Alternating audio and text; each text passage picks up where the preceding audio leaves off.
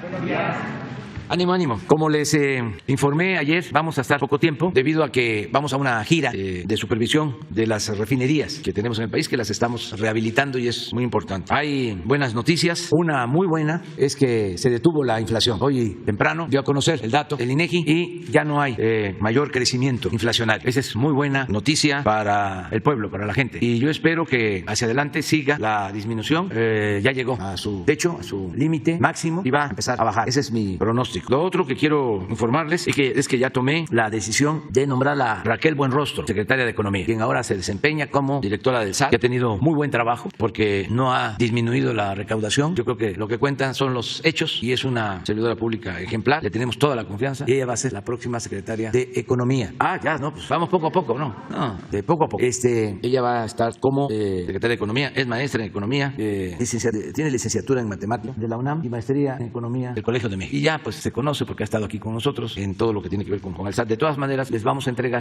su historia pública. Muy bien, pues adelante. 1, 2, 3, 4. Empezamos por ahí. Muchas gracias, presidente. Muy buenos días. Primero preguntarles sobre la violencia en la Tierra Caliente del estado de Guerrero. Esto después de la masacre de hace unos días en San Miguel Totolapan. El día de ayer se difundió un video por parte de un presunto líder criminal que opera en esta región que acusa al grupo opuesto de la violencia de hace un par de días en este municipio. Preguntarle qué diagnóstico tiene sobre la violencia en esta zona de la Tierra Caliente, si se va a reforzar la seguridad y qué opina de que este presunto líder delictivo apodado El Fresa habla de una posibilidad de un acuerdo de paz que pararía con el alcalde que fue asesinado precisamente en este ataque, presidente. Bueno, se está haciendo la investigación sobre estos lamentables hechos en San Miguel Totolapan, en la Tierra Caliente, en Guerrero. Está abierta la investigación, conociendo todo lo que sucedió, el enfrentamiento, los que participaron. Y sí, también hoy en la mañana se presentaron fragmentos de un video que una de las personas vinculadas a estos grupos dio a conocer. Puedo comentarles que pronto vamos a tener ya información y espero que se castigue a los responsables, que se detenga y se castigue a los responsables. Eso es lo que se está haciendo. No puedo, por razones lógicas, no puedo dar más información, pero sí se está actuando porque no se permite en nuestro gobierno la impunidad. No es como antes, de que actuaban delincuentes, se cometían asesinatos, masacres y no había castigo, entre otras cosas, porque había acuerdos con las autoridades. Parezco disco rayado, pero como no contextualizan en el Reforma, no se habla de que el secretario de Seguridad Pública de Felipe Calderón García Luna está en la cárcel en Estados Unidos por proteger presuntamente a la delincuencia organizada. No se dice que era el hombre fuerte del presidente y que protegía a la delincuencia, sin exagerar. Si se actuara con el mismo sensacionalismo, con que actúa ahora el Reforma, se podría hasta decir que el gobierno estaba en manos de delincuentes. Ellos mandaban, un asunto gravísimo. Entonces ya no es así. Por eso tenemos cada jueves, como ayer, la sección de cero impunidad y vamos a seguir recabando información y aclarando y aplicando la ley en todos estos casos. Presidente, ¿habría un reforzamiento de la seguridad en esta región? ¿Y qué opina de que este personaje del video hablaba de una posibilidad de un acuerdo con el alcalde para pacificar precisamente esta zona? Es que no es un asunto de autoridades locales, es un asunto gravísimo donde pierden la vida 20 personas. Eso no está para acuerdos, eso está para investigación y para que se aplique la ley. ¿Ese reforzamiento descartado por el momento? Sí, y se ha estado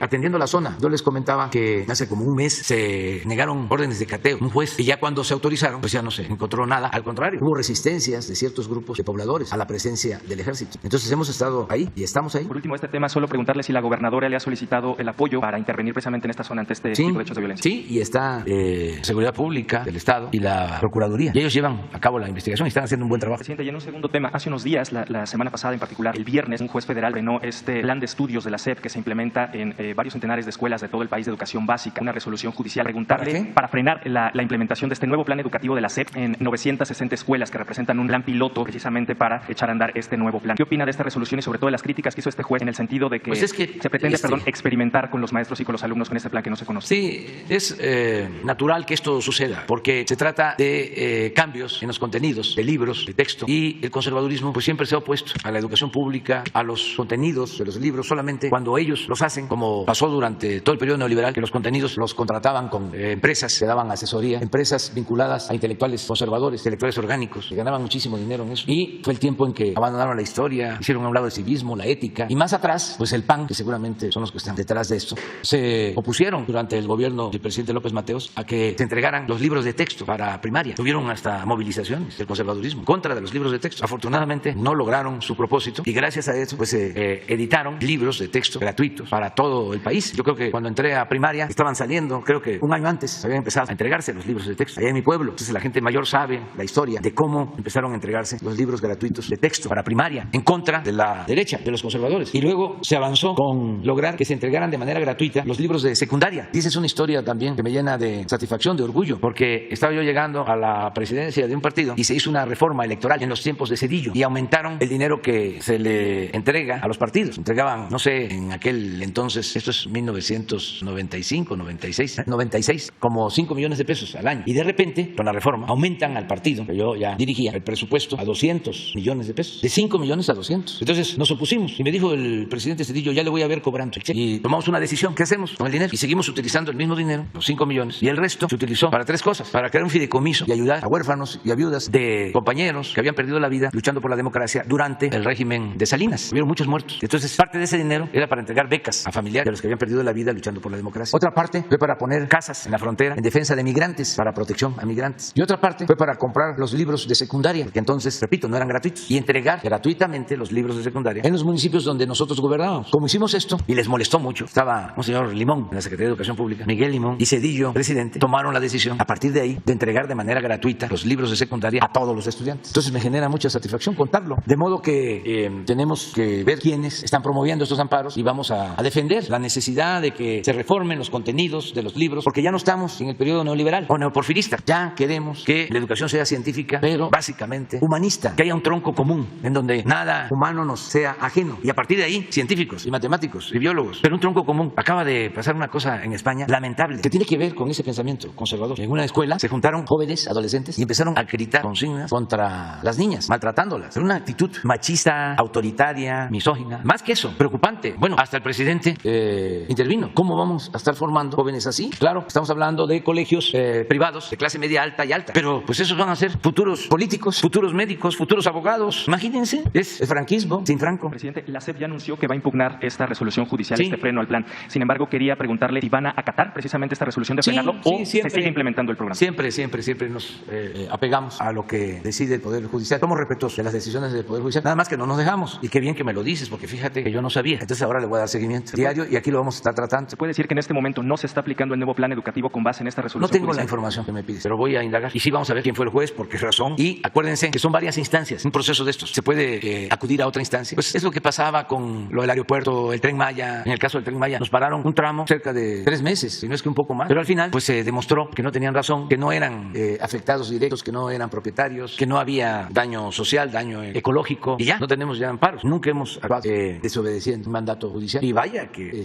dejaron un tinglado de defensa de intereses particulares y de pensamiento conservador, reaccionario, en todos lados. Todas partes tiene uno que está topando con eso. Y ya lo sabíamos, lo de los libros. Pues imagínense, ¿qué quisieran los conservadores? Que continuara la inmoralidad, la hipocresía, el clasismo, el racismo. Y en el caso de la discriminación o del racismo, ahí no importa qué nivel académico tenga la persona. Pueden ser doctores en derecho, en economía, en matemáticas, en medicina, y son racistas. Ayer hablaba yo de la canción de Facundo Cabral. Decía yo, pobrecito mi patrón, piensa que el pobre soy yo. Ellos no se dan cuenta, aun cuando sean eminencias en lo educativo, que están actuando de manera inhumana, inmoral, forma despectiva, discriminatoria. Es para decirles, pobrecitos, ternurita, ya, hagan algo, no regresen a la primaria. Bueno, sí, cuando ya estén los nuevos contenidos de los libros, para que no actúen de manera racista o discriminatoria. Muy bien, ¿quién sigue? Buenos días, presidente. Soy Valentina Peralta Puga, reportera de Ecos de Hoy y colaboradora de distintos medios. Hace 8 meses, aquí en la conferencia, el subsecretario Encinas y la comisionada Quintana nos expusieron ampliamente las razones por las que era importante crear el Centro Nacional de Identificación Humana dentro del contexto nacional de más de 105,000 seres humanos desaparecidos. Enseguida, usted firmó la iniciativa que fue aprobada por unanimidad en las cámaras de diputados y senadores. Se publicó el decreto en el Diario Oficial el 13 de mayo. El 9 de agosto, el subsecretario Encinas dio el banderazo de salida y encabezó en Morelos la ceremonia de inicio de las adecuaciones del inmueble donde operará este centro. Actualmente se están contratando a las primeras personas expertas para conformar los diferentes equipos de trabajo, entre ellos quienes identificarán a las personas sin vida que se han acumulado por años en las fiscalías locales y la federal y que hoy están alrededor de 53,000 personas abandonadas en fosas comunes en todo el país. En esta lógica de búsqueda, identificación y restitución, el decreto señala que el centro quedará adscrito orgánicamente a la Comisión Nacional de Búsqueda, ya que su operación significa la búsqueda forense con fines de identificación a través de un enfoque masivo con competencia en todo el territorio nacional para encontrar a miles de personas desaparecidas. Usted ha repetido que para estos asuntos tan atroces como la desaparición no hay techo presupuestal para que garantice la operatividad y obtener resultados en corto tiempo. Sin embargo, hay preocupación por el 6º artículo transitorio de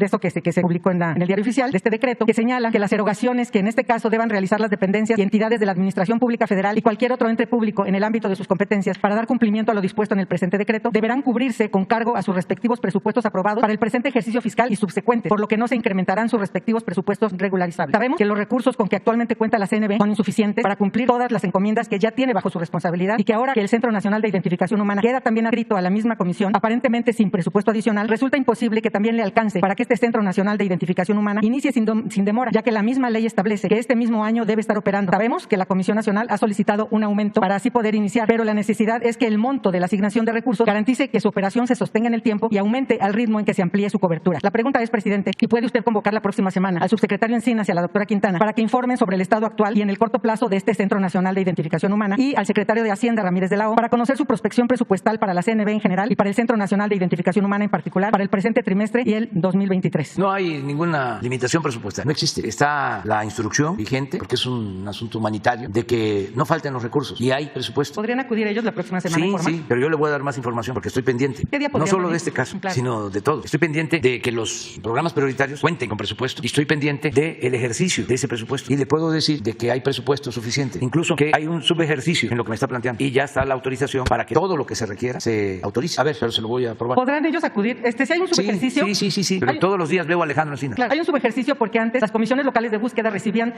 dinero del gobierno federal siempre y cuando cumplieran ciertos requisitos. Y cuando no los cumplían, pues no se les daba ese recurso. Y ese recurso no se podía usar a la bolsa de la misma tema. Por eso se registra como subejercicio, pero realmente lo que pasa es que la norma no permitía que se usara para el mismo tema de búsqueda. Pero como tal, no es subejercicio porque no se haya ocupado, no se haya necesitado, sino porque así estaban dadas las circunstancias. Afortunadamente, ya se cambió ahora en mayo y es posible que todo lo que las entidades no cubran se pueda usar desde el gobierno federal para el mismo tema. Sí, no hay problema. ¿Cuándo Para podrían nada. venir, presidente? Mañana o pasado, o sea, En la el próxima lunes. semana. Sí, puede hablar Encinas, Alejandro, con Juan Pablo de Botton, subsecretario de egresos. Pero ahora le voy a mostrar. ¿Por qué no le dices a Juan Pablo que si me envía el último reporte sobre programas prioritarios, ¿sí?, y sobre ejercicio de presupuesto? O sea, porque no hay problema. Está autorizado. Es importante que se conozca esto, ¿no? Es parte de nuestro trabajo. Esto es lo que tiene autorizado. Y hasta ahora, el 5 de octubre, corte, tenemos 72.5 de ejercicio presupuestal en todos los programas prioritarios. Algunos más, otros menos. Los prioritarios sociales, 76.5. Esto es con relación al 21 y 22, ¿no?, comparando. Pero luego viene un desglose programa por programa. Pásalo, a ver si lo tienen. Aquí están todos los programas de bienestar. Por ejemplo, pensión a adultos mayores. La autorización, 237,000 millones. Ejercido, 202,000. Significa 85%. Este 15% corresponde al último bimestre de la pensión, porque ya se pagó septiembre y octubre. Es decir, lo que falta de ejercer, que son como 35,000 millones, es para tener el 100. Ahí puede ser que nos falte y se tenga que completar. Personas con discapacidad, 71.9. Ahora ejercido es un presupuesto de 20,000 millones. Y así, becas, 80,000 millones. Fíjense aquí, 59.2. Lo que deben de estar pagando es que son 11 millones de becas. Me da mucho orgullo poder mostrar esto, porque nunca en la historia de México ningún gobierno había destinado tanto al bienestar. Pero, a ver, pásale a otros. Estos son las obras. Tren Maya, 93%, 96,000 millones autorizados, 93. La refinería, ya 63,000, 100%. Y ahí vamos a necesitar, porque estamos integrando y ya en periodo de prueba. Hoy voy para allá, precisamente. Y así, en todos los casos. Pero síguele, porque hay otros. Vacunación, la nómina educativa de Michoacán, que es algo especial.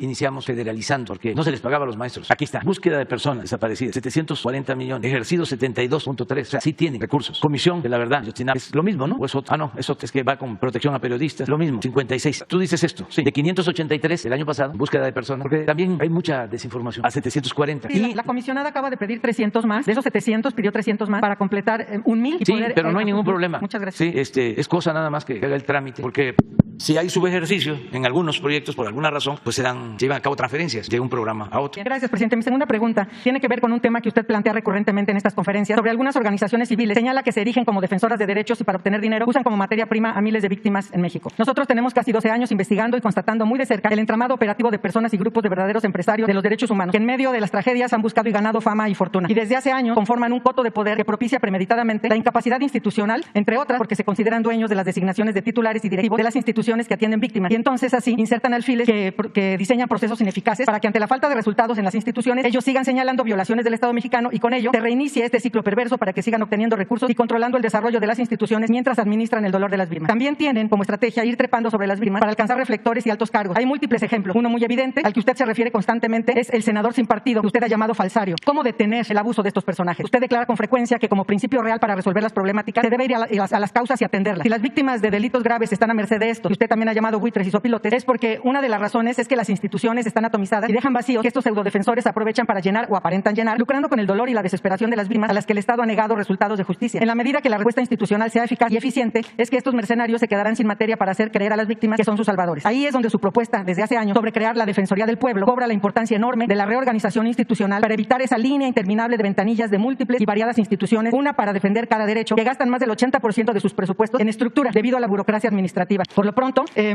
por un lado, preguntarle si está dispuesto a retomar este compromiso que usted ha mencionado en reiteradas ocasiones, y por lo pronto, la CEAP, la Comisión Ejecutiva de Atención a Víctimas, requiere de más recursos humanos y materiales para hacer frente a una parte de la atención victimal. ¿Podría usted convocar a la titular de la Comisión Ejecutiva de Atención a Víctimas para que, como institución rectora del Sistema Nacional de Atención a Víctimas, informe sobre los elementos que urge fortalecer en el sistema y en su institución, y así se eliminen las condiciones que actualmente permiten el oportunismo de estos mercaderes de los derechos humanos? ¿Podría convocarla, presidente? Sí, y además estoy totalmente de acuerdo con tu texto. ¿Me das una copia? Sí, porque coincido plenamente. Y tenemos más que decirles, que ya en otras ocasiones lo haremos, que tenemos 12 años insertos dentro de todo este mecanismo, y es de veras abominable darnos cuenta cómo se ha generado esta corriente empresarial. Sí. Es que crearon una estructura para favorecer a la oligarquía y permitirles saquear y actuar de manera autoritaria. Claro que sí.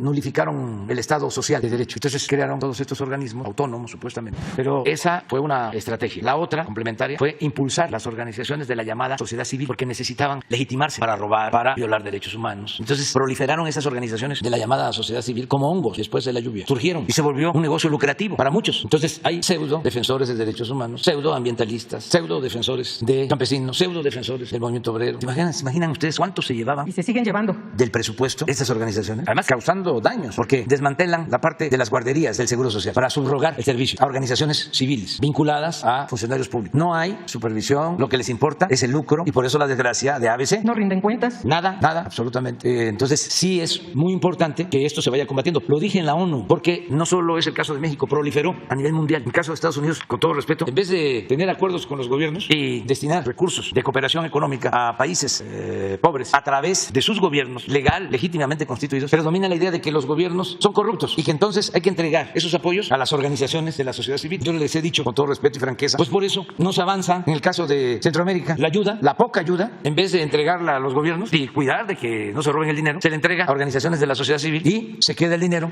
en los aparatos burocráticos, en expertos de la sociedad civil que viven de administrar la desgracia, el conflicto, el dolor humano. Se volvió una actividad de las más lucrativas. Esto durante el periodo neoliberal en el mundo. Entonces sí es importante regresarle al Estado su función social, que el Estado cumpla con su responsabilidad social y que el Estado no viole los derechos humanos, que deje de ser el violador principal de los derechos humanos, como sucede en todo el mundo. Pero no es fácil, porque se creó un aparato que domina mucho en la ONU, en las organizaciones internacionales de defensa de derechos humanos. Son como una especie de Fondo Monetario Internacional, pero en lo relacionado con lo social. Todo eso lo fueron desarrollando. Entonces sí hay que seguir insistiendo en que las cosas cambien. Y aquí en nuestro país hemos avanzado. Por eso es el enojo también, porque se llevaban muchísimo dinero del presupuesto. Entonces, si se le va a apoyar al adulto mayor, ese dinero todo le llega de manera directa al adulto mayor, es su pensión. No es el Instituto para la Atención al Adulto Mayor, la Secretaría de Atención al Adulto Mayor. El fideicomiso, pues imagínense, si hubiese un instituto o una secretaría para el adulto mayor, un aparato burocrático enorme, ahí se queda el presupuesto y no le llega a la gente. Las organizaciones campesinas supuestamente independientes en el gobierno anterior, en los gobiernos anteriores, recibían miles de millones de pesos, no rendían cuenta y los líderes se hicieron millonarios. Si acaso le entregaban a la gente migajas, despensas, y ellos se quedaban con los recursos más cuantiosos. Entonces eso no, una de las cosas que yo celebro que se está haciendo es entregar de manera directa. Ya vamos a terminar las 2.700 sucursales del Banco del Bienestar. Entonces con una tarjeta el adulto mayor va y saca lo que por derecho le corresponde. El familiar autorizado de una niña, de un niño con discapacidad, un campesino, un becario, nada de organizaciones para tutelar. Y habían cosas peores, por ejemplo, no pagaban impuestos. De por sí se condonaban los impuestos. En algunos casos no pagaban impuestos, eran deducibles los impuestos, y de esa manera hacían una sala de arte con lo que no pagaban los impuestos para la élite, o acciones filantrópicas, sí, pero con el dinero de todos, y considerando gastos excesivos, y era presumido imprimir con sombrero ajeno. Entonces de repente eran muy caritativos. Todo eso se terminó. Ahora todo el presupuesto va directo a la gente. Ya me tengo que ir, si no, no voy a llegar. Nada más por último le quiero entregar eso que le mandan 3 familias a las que les cambió usted la vida. Son los 3 jóvenes de Balancán que estaban detenidos injustamente. Sí. Rosa Isela hizo toda la gestión. El presidente del Tribunal Superior de Justicia los atendió personalmente. Todo es una hamaca. Se generó, es una hamaca.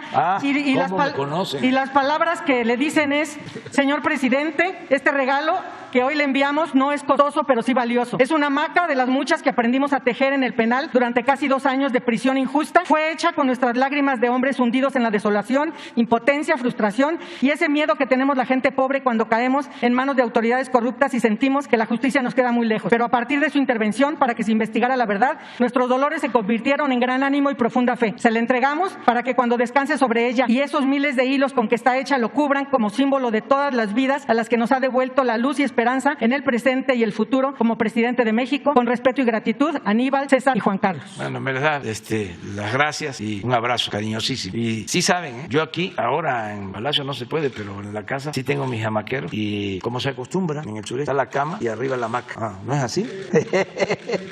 Y cuando hay calor arriba y hay un poquito de frío, a la cama. Entonces ya la vamos a disfrutar. Ya, quedamos pendientes. Te la doy. Adiós, adiós.